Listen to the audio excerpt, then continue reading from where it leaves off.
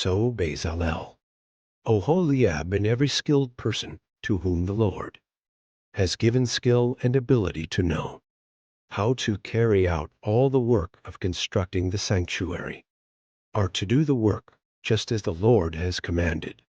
Then Moses summoned Bezalel and Oholiab, and every skilled person to whom the Lord had given ability and who was willing to come and do the work. They received from Moses all the offerings the Israelites had brought to carry out the work of constructing the sanctuary. And the people continued to bring freewill offerings morning after morning. So all the skilled workers who were doing all the work on the sanctuary left what they were doing and said to Moses, "The people are bringing more than enough for doing the work the Lord commanded to be done." Then Moses gave an order, and they sent this word throughout the camp: "No man or woman is to make anything else as an offering for the sanctuary." And so the people were restrained from bringing more, because what they already had was more than enough to do all the work. All those who were skilled among the workers made the tabernacle with 10 curtains of finely twisted linen and blue, purple, and scarlet yarn, with cherubim woven into them by expert hands. All the curtains were the same size, 28 cubits long and 4 cubits wide.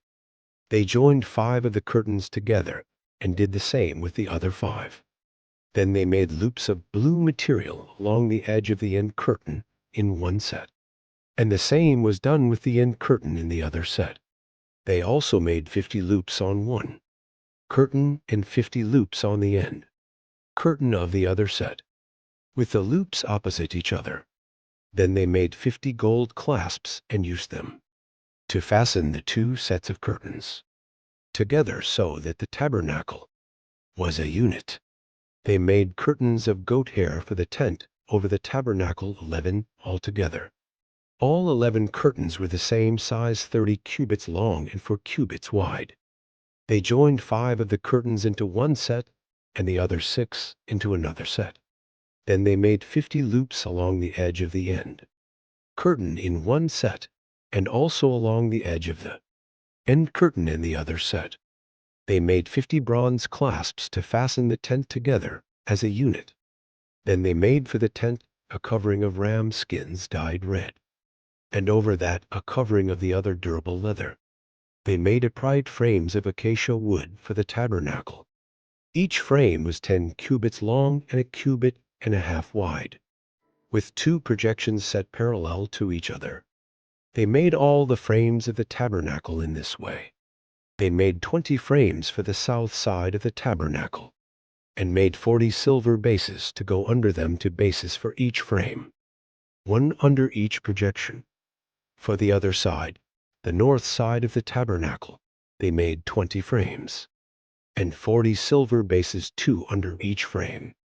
They made 6 frames for the far end, that is, the west end of the tabernacle, and 2 frames were made for the corners of the tabernacle at the far end. At these 2 corners the frames were double from the bottom all the way to the top and fitted into a single ring. Both were made alike. So there were 8 frames and 16 silver bases, 2 under each frame. They also made crossbars of acacia wood, 5 for the frames on one side of the tabernacle, 5 for those on the other side, and 5 for the frames on the west. At the far end of the tabernacle, they made the center crossbar so that it extended from end to end at the middle of the frames. They overlaid the frames with gold and made gold rings to hold the crossbars. They also overlaid the crossbars with gold. They made the curtain of blue, purple, and scarlet yarn and finely twisted linen, with cherubim woven into it by a skilled worker. They made 4 posts of acacia wood for it and overlaid them with gold. They made gold hooks for them and cast their 4 silver bases. For the entrance to the tent, they made a curtain of blue, purple, and scarlet yarn and finely twisted linen, the work of an embroiderer. And they made 5 posts with hooks for them. They overlaid the tops of the posts and their bands with gold and made their 5 bases of bronze.